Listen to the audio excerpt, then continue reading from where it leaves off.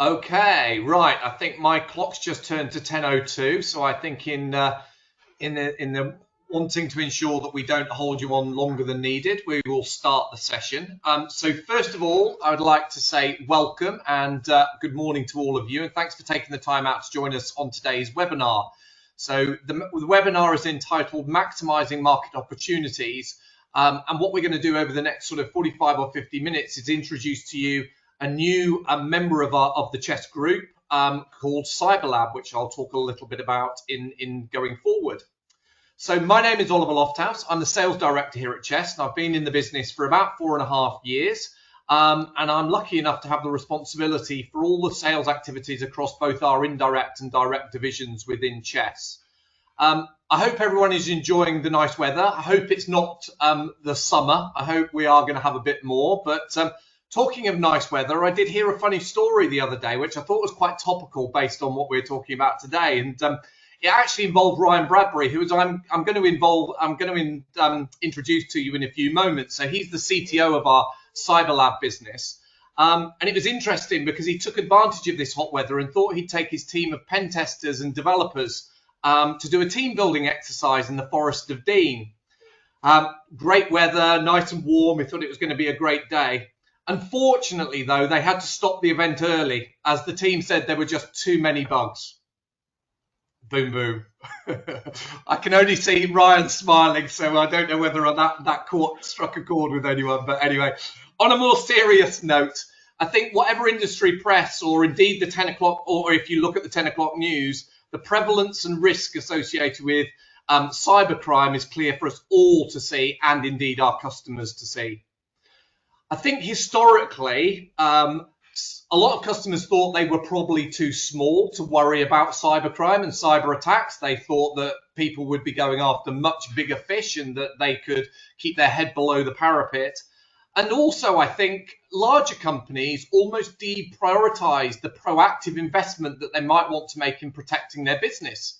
You know, it's always a bit more difficult to invest money into something that isn't a certainty, but might be a risk that you're trying to protect. And I think, you know, historically, that's always been the balance that companies have made. But I believe that, you know, that landscape is changing and businesses are having to really make a change of strategy and focus in this area. You know, and I think every day we hear about the financial damage and business disruption. So the landscape has changed and I think will continue to change moving forward. Now, on a personal level, before moving into sort of the technology space, I spent a few years of my career working with one of the largest gaming businesses that was headquartered in the US. And two of our largest US customers were actually Caesars and MGM Resorts. So I had a lot of involvement there and I spent some time out at those sites. And I saw the first-hand level of security and infrastructure and protection that they had across their multi-billion-pound hospitality businesses. And the reality is it struck a real chord to me when you read in September 23, both of those businesses were targeted with a ransom attack. And it was actually Caesars that decided to pay £15 million to try and regain control of its assets. And MGM decided not to do that. They decided not to pay the ransom. And it's reported that they suffered over $100 million of revenue loss through the time it took them and the disruption that they had in their business. So, you know, if it's massive businesses like that, but also I think there are huge numbers of smaller businesses that are being affected, and quite a lot of businesses are even being put out of business as a result of cybercrime. So I think the three key risks that we and our customers are dealing with is the increasing frequency and the sophistication of the attacks that they're facing, the financial impact and the business disruption that we've talked about, but also the evolving threat landscape. If you're not partnering and got access to specialist partners and capability to help you understand how the landscape is moving, I think it's a very difficult thing for you to do in isolation and in-house. And the problem is that protection today isn't going to mean protection next year, next week, or even next month. And if businesses don't have this high up on their business agenda, I think they're leaving themselves wide open to vulnerabilities. So over the last few years, Chess has made several acquisitions to bolster its capability around cybersecurity. And last year, the very last of those acquisitions that we made was a company called CyberLab, and Ryan was actually the founder of that business. The unique capability that this acquisition brought for us was to deliver a platform for cybersecurity, a control platform. And that's something that we could offer as a place to go for all cybersecurity needs to both our customers and now to our partners. I'm not going to steal all of Ryan's thunder, but at Chess, we've definitely seen the potential of the platform for customers of all sizes. So we've had enterprise customers engage in the capability and implementing the platform, as well as customers in the SME space. So I think it is a platform that really does stretch across the different customer segments that we all operate with. And the reality is, I think they can see the protection it offers their business and also some of the capability that helps them as well be educated and more aware around the risks that are out there in the market. For Chess, it gives us a solution that we can sell to our customers, and within the platform, what you will see is there is clear upsell opportunities. So customers can start small and they can grow and they can develop. It's modular, it's on a subscription basis, so actually it becomes affordable for companies of all different sizes. We've enjoyed significant financial benefit from the introduction of CyberLab, and we hope that you will see the potential for that within your business and also in helping to protect your customers' business as well. And I think it's really important that as a partner, you are a thought leader and somebody that is really thinking about these high-risk areas of our customers' business and offering some solutions for them. So I'm now going to hand over to Ryan, and who's going to talk you through the capability that we've got within CyberLab. And he's also going to go a bit further. He's going to talk about sort of the strategy that also we've looked at with a number of partners that we're working with through CyberLab, and also what we've done through Chess. And it will give you the opportunity and just think about potentially the new revenue streams and margin that could be generated from addressing this issue across your customer base. So I'm going to come back at the end of the session where I'm going to host a short Q&A. So if you look at the top panel of your screens, there is a little speech mark with a question mark in it.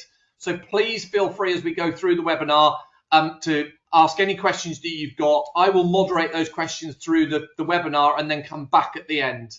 And just to let you know, we are going to be recording this session for any of those people that don't join, and also I'm sure it will be used to catch a few bloopers and bleepers that we make a mistake as we go through. So that's it from me. I'm going to switch off now and hand over to Ryan for the next sort of 40 minutes. Over to you, Ryan. That's great. Thank you, Oliver. Good morning, everybody. And thank you for taking the time out of your hectic schedules to join us this morning. So I'd like to introduce the CyberLab Partner Channel offering, which was launched at the Chess event 6 weeks ago or so. Explain how the platform works and the channel opportunity it presents. So as Oliver mentioned, I've come across from CyberLab, an acquisition by Chess last April. Prior to CyberLab, I'd worked in the MSP space for around 14 years. This was sort of pre-cloud, pre-SaaS, certainly long before I had any grey hair. And it was at a time where clients had a print partner, they had an IT partner, and they had a telecoms partner. All three services were completely separate, completely independent. And I think how I've seen the landscape change is now everything is as a service. Arguably IT, print, telecoms, and now cyber are all internet, IP, cloud-based services. Clients are looking for all of the above, and customers are looking at all of you as their trusted partner, their trusted advisor, to advise them on what additional services and capabilities you can bring to help them manage their infrastructure, and what is ever so important at the moment is to help them manage their cybersecurity posture and educate their users. So Chess had previously acquired some other cyber businesses as well. So there's Armadillo in the pot. There was a previous acquisition called Forces. So last year, CyberLab was spun out into a separate legal entity, So we're now a sister business to Chess, and we, at last head count, I believe there's around 65 people in the business, and working extremely closely with Chess moving forwards. So in terms of the partner channel, we've had some really good conversations with some existing Chess partners and the wider channel. And we are very aware that MSPs and telecoms companies are interested in what additional services that they can provide their clients with to expand their portfolio. So their clients are stickier, they're realizing additional spend from those customers and providing added value as well. So what I'd like to do is just run through a few more slides regarding the portal, show you the portal itself, and then cover off a few slides on commercials afterwards. So in terms of the control portal, this is something that we set up at CyberLab 4 years ago. And the idea was we wanted to provide clients with an automated stack of cyber services which they can add into their IT estate without any installs or having to install an agent on every device. We wanted to provide a set of cloud services for a fixed monthly price where we automate all of those services and clients can access a portal and review the metrics and the data at any point they wish. Over 90% of cyber breaches are the result of some human error, yet fewer than 10% of UK businesses are providing some sort of cybersecurity awareness training to all of their users. So these 4 services on the screen here are the 4 services that we felt were often overlooked in the MSP space, where we felt there wasn't any significant overlap with MSPs who are providing much more traditional IT services. And we feel in terms of the insurance space, insurers are doing a lot more now to evaluate the risk a new client poses to their estate if they offer a policy and offer a quote. So insurance and insurance brokers are expecting clients to have these sort of services in place in order to offer an insurance policy, but also in order to honour an insurance claim. And we have heard some horror stories from clients where they have come to us requesting cyber services. They've previously had a cyber claim and the insurer would not honour their claim because they could not evidence to them that they had been doing enough to manage their cybersecurity posture.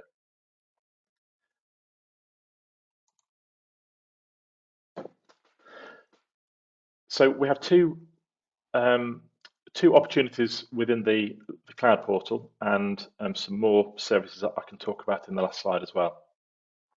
So the first service that we offer to partners, and we see this as the entry point into the portal, is a dark web scanning solution. So what we're doing here is we are providing an automated solution, a white labeled cloud portal to all end customers. We're scanning their domain, scraping the dark web, looking for any instances, any occurrences of any breach, any known incident relating to any of their email addresses or their domain name. We're pulling the data back and we're sending automated emails out to end customers, alerting them to the fact that we've found cyber breaches relating to their domain, inviting them to click on a magic link, access the portal, review information about that breach, and access remediation advice in terms of what we advise they do to remediate the threat that cyber breach and that portion of their data that exists on the dark web to reduce the risk it poses to their organization. That service is available on 30-day rolling terms. The idea being a partner uploads their customer list onto our portal. We ingest all of those domains into the scan engine, start scraping the dark web, alerting clients to any breaches that we find. They're enrolled in a free 30-day trial. Those end customers can opt out at any point they wish within those the first 30 days, after which it becomes a monthly chargeable subscription, again on 30-day terms. The upsell route into the control subscription is where those end customers from within the portal are able to upgrade their accounts to make use of the security awareness training, the phishing simulation, and the vulnerability scanning services within the portal too. The full control subscription integrates with Office 365, so it's incredibly straightforward for those end customers to onboard all of their users. They sync with their Office 365 tenant. We pull in all of their users. We enroll those users in training and the phishing exercises, and then we sync with Office 365 every 24 hours thereafter to onboard any new starters and to remove any leavers. And the control portal is priced per user per month, a fixed monthly cost for all of those 4 services.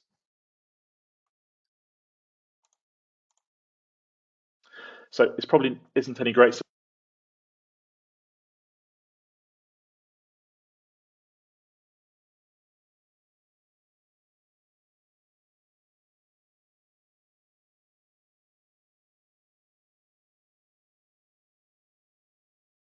Ryan, I don't know if it's me, but I've lost your microphone.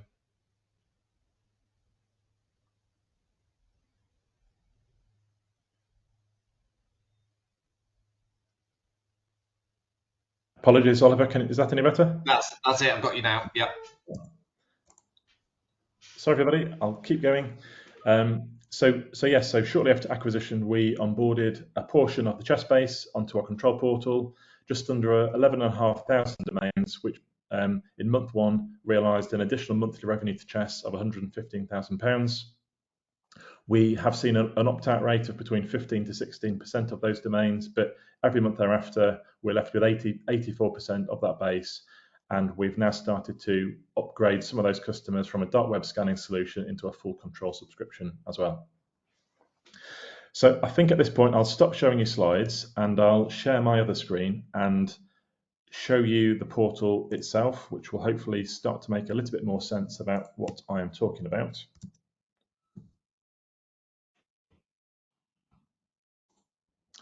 So I'm slightly nervous now because this is the point during the in-person Chess Partner event in Birmingham where just at the moment I tried to log into the portal, the hotel Wi-Fi fell over and I just had to talk hypothetically about the portal instead, but I think everything looks good today.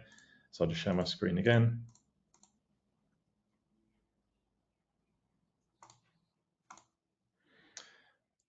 Oliver, if you can just confirm you can still see that, please.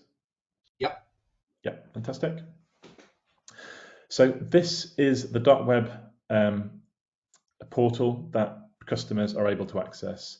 It's fully white labeled, so in terms of the Chess base, we onboarded Chess customers and 2 other subsets of their base, which is a brand called TTNC and another company called Calogenix. So this portal that we've accessed here is a TTNC customer, hence why we've seen the TTNC branding at the top of the page. So customers are able to access this portal. Every time they receive an email breach, we send them an email. The email contains a magic link where they're able to click. It takes them straight into the portal. We send automated monthly summary emails as well, where we send them an invite, allowing them to access the portal and see a summary of the stats and the data during that calendar month as well. So this is an example of what the customer sees when they click on one of those magic links. We can see a high-level overview at the top in terms of how many breaches we've found relating to their domain name and email addresses associated with their domain, how many breaches we found in total, and how many users within that business we've found breaches against. Scrolling further down the page, we can see information on the types of breaches we have found. We can filter by the breach type at the top, and we can expand any one of these breaches to review any additional information we've been able to find relating to the breach and remediation advice in terms of what we suggest clients do to reduce the threat this poses. The end customer as well is able to acknowledge these breaches. So in terms of reviewing a large list of breaches, they can acknowledge the breaches which they've actioned.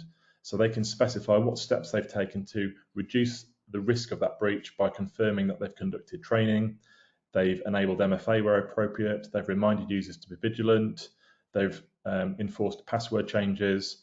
The end user can add some notes and comments in here, click acknowledge, and it will drop the breach down to the bottom of the list, leaving the unacknowledged incidents at the top.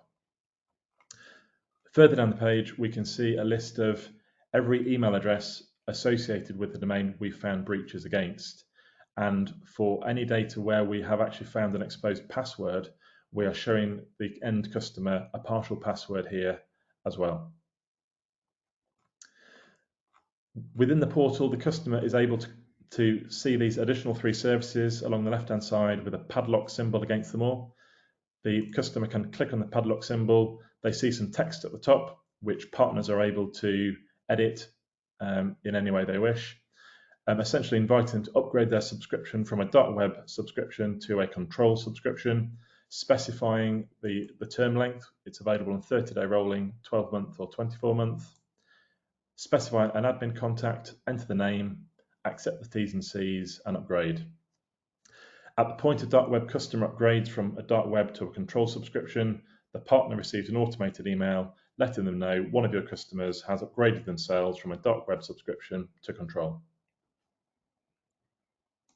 For any customers who do upgrade their account, the page refreshes and it shows them the control portal, which looks like this. So this is a fictitious company that we created on the portal called ABC Solicitors. This is the dashboard where we can review recent activities. So anything which is noteworthy relating to any of the 4 services we provide is added onto the activity timeline here. Anything that goes onto the activity timeline, the portal admins, the admin contacts within that end customer receive automated emails to let them know, to inform them something has happened on the portal that we would like to make you aware of. The end customer can sync with 365 in user settings in the top right-hand corner, sync with their 365 tenant, and onboard their users into the portal. Just working through the 4 services on the left-hand side here. The first one is a vulnerability scan service where end customers are able to add scan targets themselves, which could be a public IP address, it could be their company website, it could be a specific web app or web service they have available within the business. For every scan target which is added onto the portal, we scan every endpoint every 24 hours and we pull back all of the information relating to the critical, high, medium and low issues we identify for every scan target. The customer is then able to click on these widgets, review what has been identified on that particular scan target. And this example here is a service we have running on AWS, which we know is missing some operating system updates. We also know we have RDP exposed to the outside world as well. So we're informing customers what these issues are that have been identified. We allow them to view the raw scanner output if there is any as well. And the customer can share all of this data on Slack or Teams internally if they wish. We automate reports. So at the start of every calendar month, we produce an automated PDF report, which produces a summary of all the issues which have been identified and resolved the previous calendar month.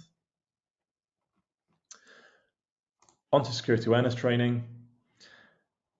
The first thing that happens when we enroll users onto the portal is every user within the business receives a gap analysis questionnaire where we ask every user 30 questions to gauge their current cyber security awareness understanding. Once users have completed the questionnaire, we then start sending out one training module every 2 weeks, and they are sent out in accordance with what every user was found to be weakest at in that initial questionnaire. So for example, if we have a user who clearly is not sure what MFA is, the benefits of MFA, maybe how to set a strong password, the training engine would focus on those training modules first and then work out the knowledge from there. So please ignore any of the data relating to this account. It's purely fictitious data, but we can review in the graph at the top just some high-level stats in terms of how many modules have been completed within the previous calendar month, average scores, bits and pieces like that.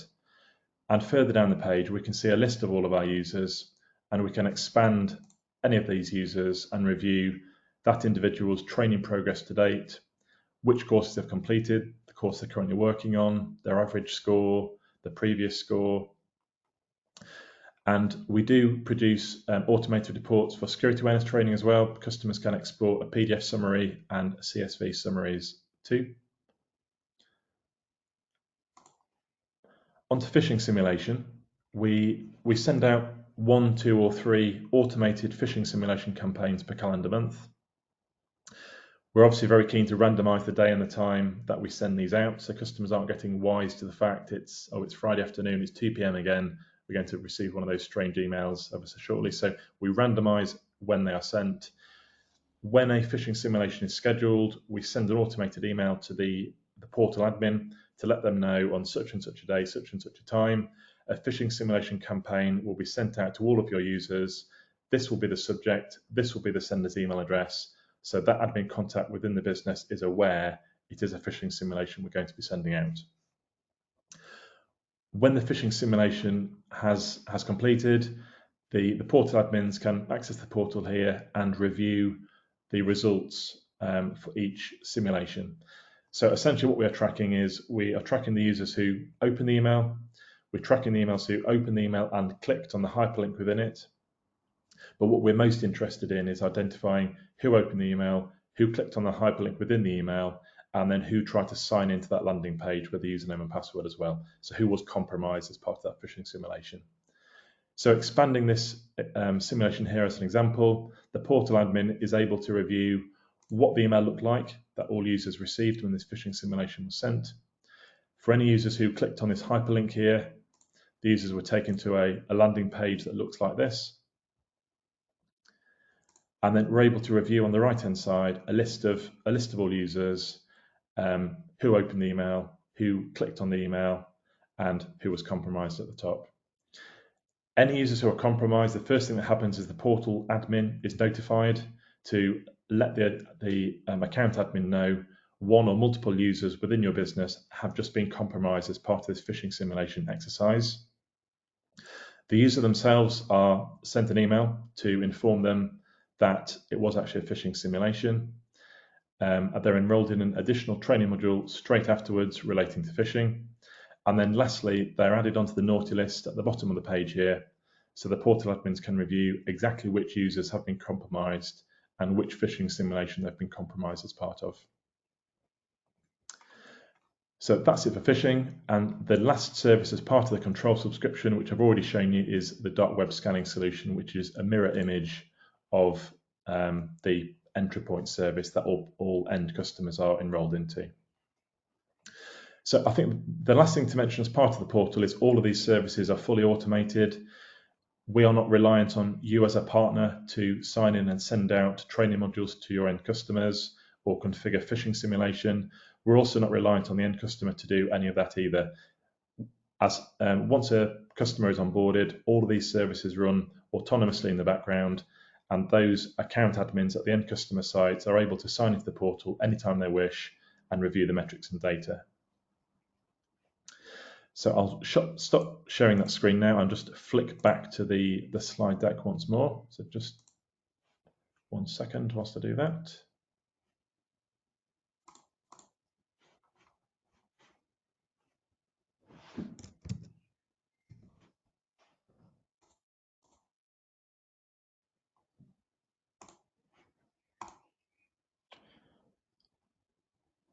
Okay, we're back. Yep, I can see that. Okay, so what I'm sure you're all interested to hear about is the commercials for the control subscription, how it works, and how we incentivize partners. So the entry-level service that I introduced was related to the dark web, and the free trial approach, where we onboard all end customers, we enroll them in a 30-day free trial. Any users who haven't opted out within that 30-day free trial turns into a monthly subscription thereafter.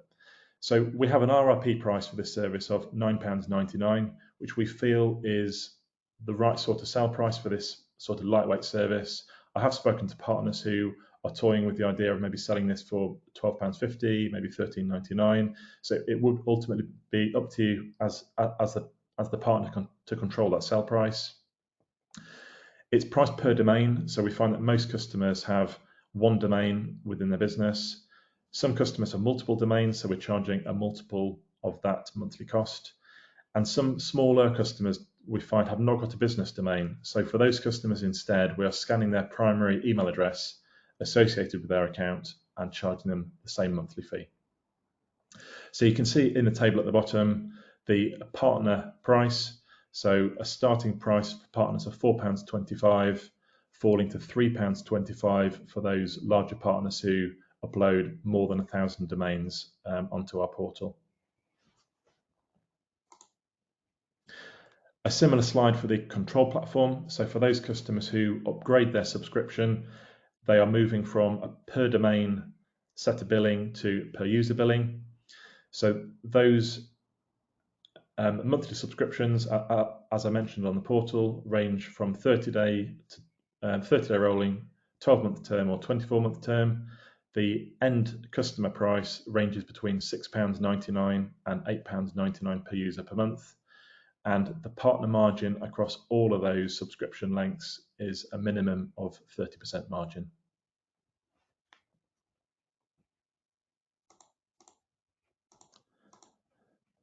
In terms of the onboarding process, we've kept this as simple as we possibly can. So initially we have a partner agreement. We would ask a new partner to sign. We would then head away and configure an account and a branding profile on the portal for the new partner. We would add in their logo, their email signatures, customize the color palette so the portal suits the partner. And then we'd schedule a couple of Teams calls with the partner to just talk about uploading the customer base into that entry-level service for the dark web. So in terms of uploading customers, we request a CSV, and all we need for every end customer is 4 pieces of information. We need the customer name, we need a domain that we're going to scan through the engine, we need an email address, which will be the primary email contact we'll send all the breach alerts to, and then lastly, a unique identifier for every customer. Once we've completed those first 3 steps and we've onboarded the customers, we then have a follow-up Teams call with the partner just to confirm the services are now running, the services are active, and just to schedule any further training requirements in terms of accessing and administering the portal.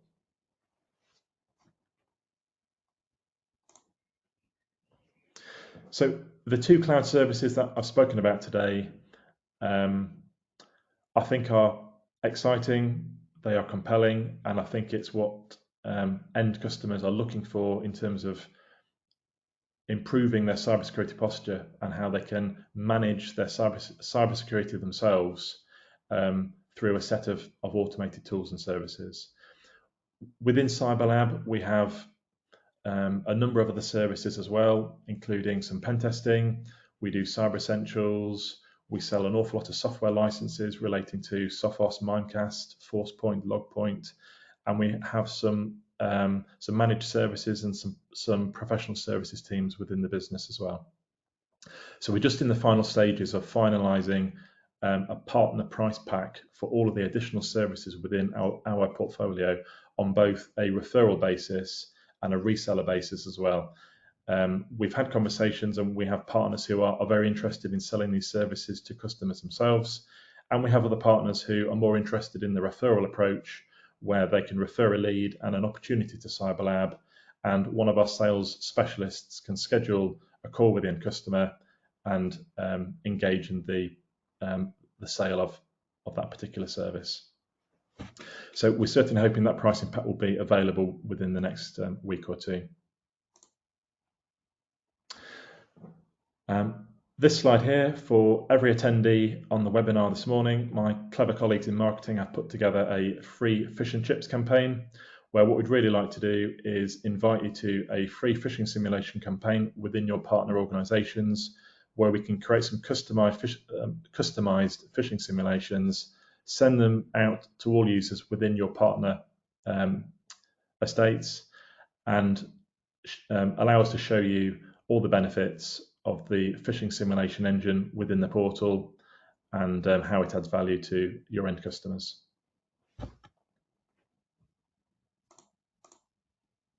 So you'll be pleased to hear that's the last slide from me. Anybody who has any additional questions, who would like to schedule a follow-up Teams call to have a deeper dive into the portal, you can reach me on this phone number here, or my email address is on the slide here. But aside from that, I'll hand back to Oliver to just start the Q&A. Brilliant. Thank you very much. Thank you very much, Ryan. And as well as obviously Ryan offering his services, of course, you will all have business development managers or partner managers that will be able to support you as well. So, you know, they have direct routes into Ryan and his team. So if you prefer to use that route, that's also absolutely fine. So really good. Thanks, Ryan. You know, I think the power of this is just giving a conversation starter to to your customer and really starting to have something that is meaningful and has got a solution at the end of it. What the first question that came in actually while you were talking, which I did think you answered, but somebody asked me, can we alter prices in the portal? And I think you said that you could change them. I suppose my add-on question to that was, which you didn't talk about specifically, was if I want to fluctuate that price, if I wanted to change it, is that within my control to do? Can I do that as an admin on that portal myself? Yes, so there are two answers to the question. So the first question relating to the dark web service is we provide partners with a CDR, or we provide Chess with a CDR to ingest into iBill. So we have a partner price. It's up to the partner to control the sell price for that service. With regards to the control subscription, when those end customers are clicking on the additional services within the portal to upgrade their account, the pop-up that appears is fully customizable through the partner, so they can add in there whatever text and whatever pricing they wish. Perfect, good. And then associated to that, another question that came in was around the branding on the portal. So am I able to white label and use my own partner logo on that portal, or will it show CyberLab in every case? Yes, apologies if that wasn't clear. Yes, you are fully able to add in your partner logo, customize the email signature for every automated email that is sent out through the partner. So there certainly would not be any mention of the word CyberLab anywhere on the portal or anywhere in the automated services or emails that are delivered. Yeah, so effectively it becomes your partitioned version of that portal that you can present to your customers. Yeah, perfect, good.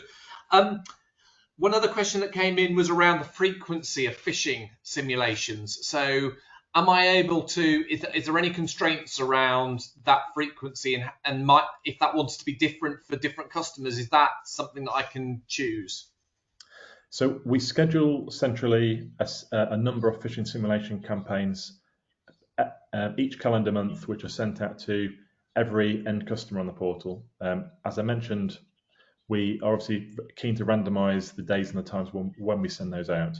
We do come across customers who would maybe like more of a custom phishing simulation campaign, which is sent out to the users. So one example was just before Christmas, we have a client who work out of a WeWork office in central London, and they said, can we put together a custom phishing simulation campaign which appears as though it's been sent out from WeWork, inviting all of our users to a WeWork Christmas party, which we sent out, and we compromised quite a number of users. So I'm not sure what the attendee number was like at that WeWork Christmas party, but probably not great. So to answer your question, yes, we can certainly work with any end customers who would maybe like more of a custom simulation sent out, and we would work with a partner, schedule some Teams calls just to ask for some collateral in terms of some content and some imagery around what that end customer is looking for, and then we would send out some examples prior to the phishing simulation being scheduled. Perfect, good. And then another question that's come in is that you mentioned about sort of the other services that you've got. You talked about red testing, you talked about cyber essentials, you talked about pen testing. Is there any information available for me as a partner to really understand what the capability is within those areas of that offering? Subject, I know you said commercials in a couple of weeks, but is there something that might give me an idea of what might be on offer?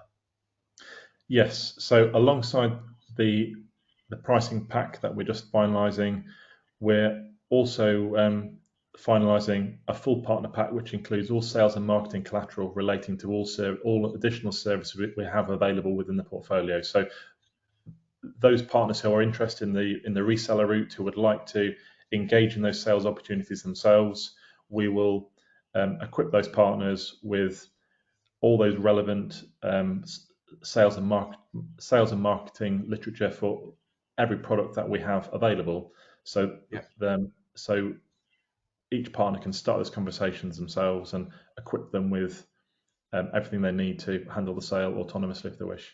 Yeah, good.